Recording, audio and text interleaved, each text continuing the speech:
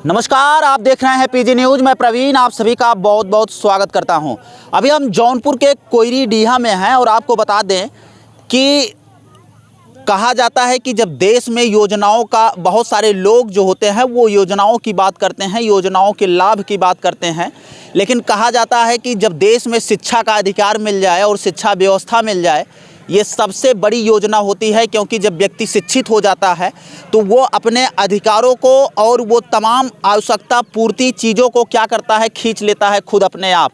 क्यों आपको बता दें, ऐसे में अगर हम बात करें, एक अभी हम कोचिंग संस्थान में हैं, यहाँ पर आप देख सकते हैं एक ये मढ़हा है और इसमें बहुत सारे बच्चे जो हैं वो कोचिंग पढ़ते हैं।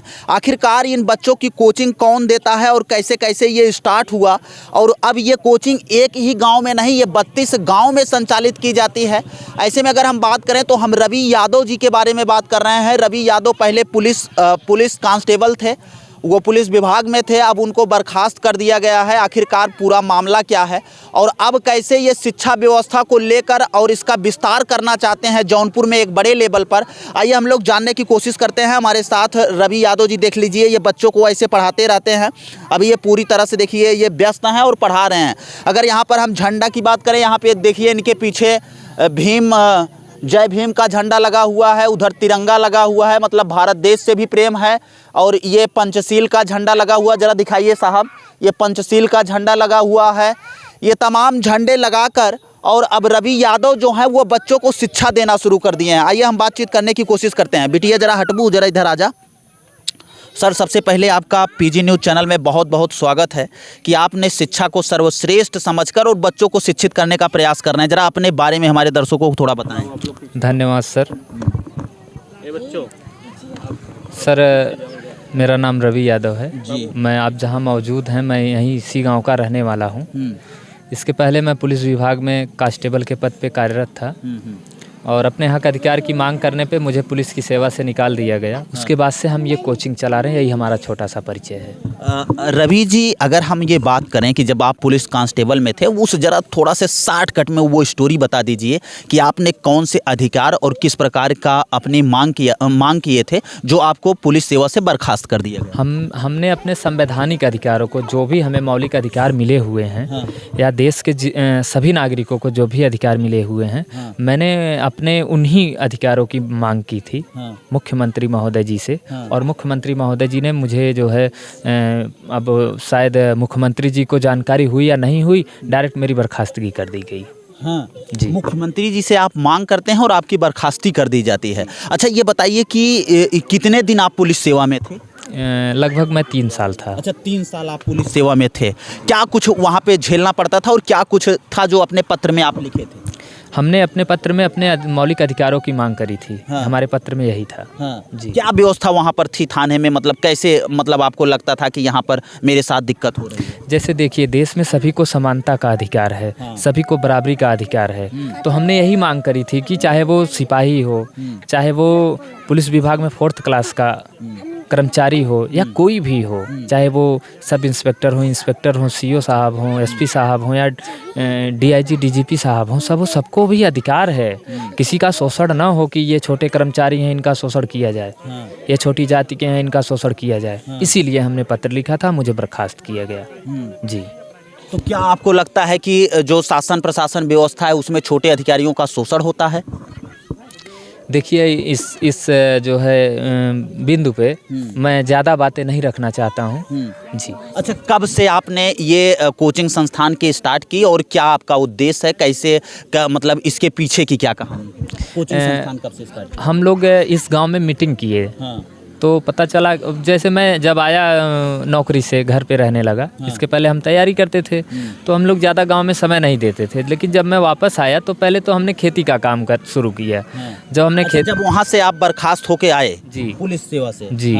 तो हमने गांव के लोगों से मिला, गांव के बच्चों को हम देखते थे, बच्चे हमेशा घूमते रहते थे। हम सोचने लगे कि बच्चे पढ़ते कब हैं। जब हमने बच्चों से पूछा तो बच्चों को कुछ आता ही नहीं था। और सभी बच्चे जो है वो सरकारी विद्यालय में पढ़ने वाले थे ज़्यादातर। और बच्चों को कुछ भी नहीं आ रहा था, कुछ बच्चों को छोड़कर। तो हमने सोचा कि अगर इन बच्चों को हम शिक्षा नहीं देंगे और तो हमारे ये बच्चे जो है आने वाले समय में गुलाम हो जाएंगे, क्योंकि अगर आप शिक्षित नहीं हैं और आपके पास ज्ञान नहीं है तो आपके हक अधिकार को कोई भी छीन लेगा। इसीलिए हमने इन बच्चों को पढ़ाने का काम शुरू किया। मुझे लगा कि इन बच्चों को शिक्षा देना ज़रूरी है। और बाबा साहब भीमराव अंबेडकर ने एक बात कही थी, मैंने उनकी किताबों में पढ़ा है कि यदि आप शिक्षित हैं तो आपके पास जो भी ज्ञान है, जितना भी है, आप अपने समाज को उस ज्ञान को देने का काम करिए, और नहीं तो ज्ञान आपके पास धरा का धरा रह जाएगा। आपके उस ज्ञान का, आपके उस शिक्षा का कोई मतलब नहीं निकलेगा। तो मेरे पास भी जो थोड़ा बहुत ज्ञान था, मेरे पास भी जो थोड़ा बहुत शिक्षा थी, वो मैं अपने समाज के बच्चों को देने का काम कर रहा हूँ, बांटने की कोशिश कर रहे हैं जी। अच्छा, यहाँ पर जो भी बच्चे पढ़ने के लिए आते हैं वो ऐसा नहीं है कि पर्टिकुलर केवल एक ही जगह, मतलब एक ही समाज के बच्चे आते हैं, या सर्व समाज शिक्षा का जो अधिकार है वो समानता का अधिकार है और सर्व समान अधिकार है, तो यहाँ पर सारे बच्चे आते हैं? नहीं, यहाँ पे देखिए, शिक्षा, जहाँ पे शिक्षा की बात हो, जहाँ पे हक अधिकार की बात हो, जहाँ पे कॉन्स्टिट्यूशन की बात हो, हमारा देश लोकतंत्र का देश है, तो यहाँ पे कोई भी आ सकता है जिसे शिक्षा लेनी हो। तो यहाँ पे सबके लिए शिक्षा की व्यवस्था हमने की है। बहुत कभी कभी बच्चे ज़्यादा हो जाते हैं, हमारे यहाँ जगह कम है क्योंकि इधर धान लग गया था, तो हम लोग बच्चे को खड़ा होकर पढ़ाना पड़ता है। बहुत समस्याएं भी हो जाती, कभी कभी बच्चे ज़्यादा हो जाते हैं, तो सभी बच्चे आते हैं, सभी समाज के बच्चे जी। अच्छा रवि जी, अगर हम एक सवाल और आपसे करें कि हर व्यक्ति को जब वो पढ़ाई लिखाई करता है तो उसको पैसे की आवश्यकता होती है, नौकरी की आवश्यकता होती है। आपकी नौकरी चली गई तो आपका खर्चा पानी कैसे चल रहा है? इन बच्चों को जो आप पढ़ाते हैं, निःशुल्क में पढ़ाते हैं, ये सब कैसे हो पा रहा है? जी देखिए, मैं अपने जीविकोपार्जन के लिए खेती किया हूँ। हाँ। जी, हम खेती से अपना परिवार चलाते हैं, और जो मेरे पास समय होता है वो मैं अपने समाज के बच्चों को पढ़ने के लिए लगाता हूँ जी।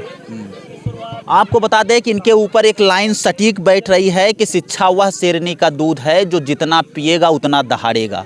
तो शायद अब वो छोटे छोटे बच्चों को शिक्षा देने का कार्य कर रहे हैं रवि जी।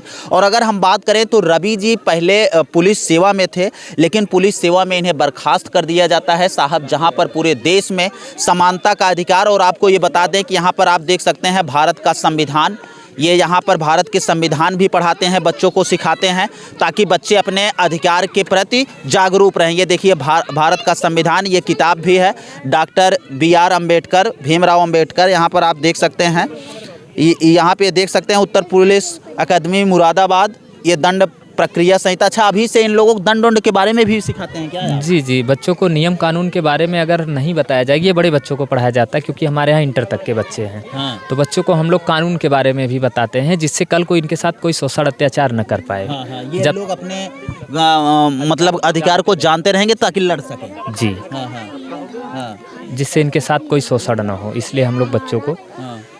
कानून की भी जानकारी देते हैं। क्योंकि मैंने पुलिस विभाग की ट्रेनिंग करी तो मुझे भी काफ़ी जानकारी थी कानून की, तो हम उस कानून की जानकारी बच्चों को देते हैं कि बच्चे किसी अनैतिक कार्य में ना फंसे। कानून को जानते रहेंगे। देखिए, लोग अगर डरेंगे बच्चे तो सिर्फ कानून से ही डरेंगे, क्योंकि कानून में सज़ा मिलती है। जब बच्चों को बताएंगे कि ये काम करने पे आपको ये सज़ा मिलेगी तो बच्चा उस काम को कभी नहीं करेगा।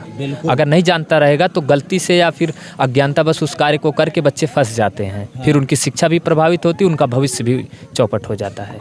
देख लीजिए रवि जी की साहब सोच कितनी अच्छी है कि ये बच्चों को अभी से अगर हम बात करें, छोटे जब बच्चे छोटे होते हैं, जिनको हिंदी पढ़ाया जाता है, इंग्लिश पढ़ाया जाता है, अंग्रेजी ये साइंस पढ़ाया जाता है, कला पढ़ाया जाता है, लेकिन इसी में अगर हम बात करें तो ये बच्चों को दंड प्रक्रिया संहिता भी बताते हैं कि कौन से कार्य करने से आपको कौन सा सजा मिल सकता है। बेटा क्या नाम हुआ आपका? सर परी गौतम। परी? Yes sir. अच्छा, सर कैसे पढ़ाते हैं रवि जी? अच्छा पढ़ाते हैं। अच्छा पढ़ाते हैं, सब पढ़ाते हैं। क्या नाम है बेटा आपका? संध्या गौतम। हाँ, संध्या। सर कैसे पढ़ाते हैं? अच्छा पढ़ाते हैं। अच्छा पढ़ाते हैं। क्या नाम बेटा? मेरा नाम प्रिया गौतम है। हाँ प्रिया।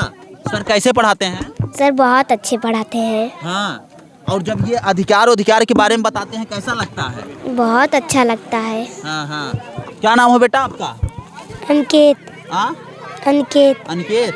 अच्छा, सर कैसे पढ़ाते हैं रवि सर? अच्छे से पढ़ाते हैं। क्या क्या पढ़ाते हैं सर?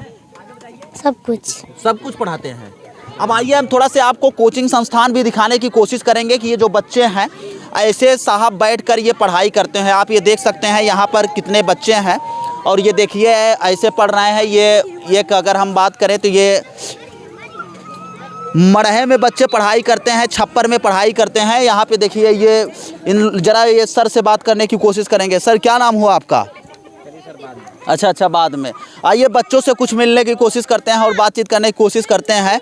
क्या नाम हो बेटा आपका? क्या नाम है? हमारा नाम है परवीन राव।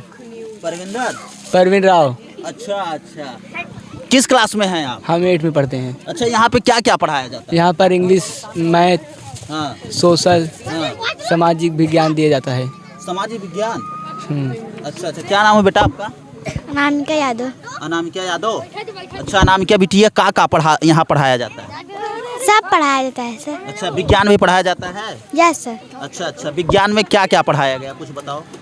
अभी हमें उतना नहीं पता है। हाँ। जितना पढ़ाया जाता है उतना थोड़ा दिमाग में हल रहा है। हाँ, और यहाँ एक्सरसाइज भी कराया जाता है?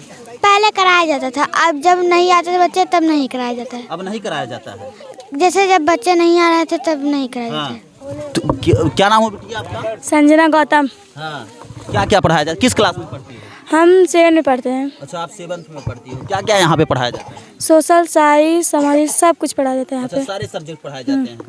ये देख सकते हैं, कहा जाता है कि अगर शिक्षा का विकास करना है और अगर शिक्षा का अधिकार जानना है तो बस केवल बच्चों को अपने मजबूत कर दीजिए, शिक्षा जगत में मजबूत कर दीजिए। बच्चों को अच्छी शिक्षा दे दीजिए, वो खुद चमत्कार कर देंगे और खुद वो आगे बढ़ जाएंगे। तो आप ये देख सकते हैं, ये रवि यादव जी का एक छोटा सा प्रयास है जो बच्चों में गांव-गांव में निःशुल्क शिक्षा दे रहे हैं और बच्चों को पढ़ाने की कोशिश कर रहे हैं।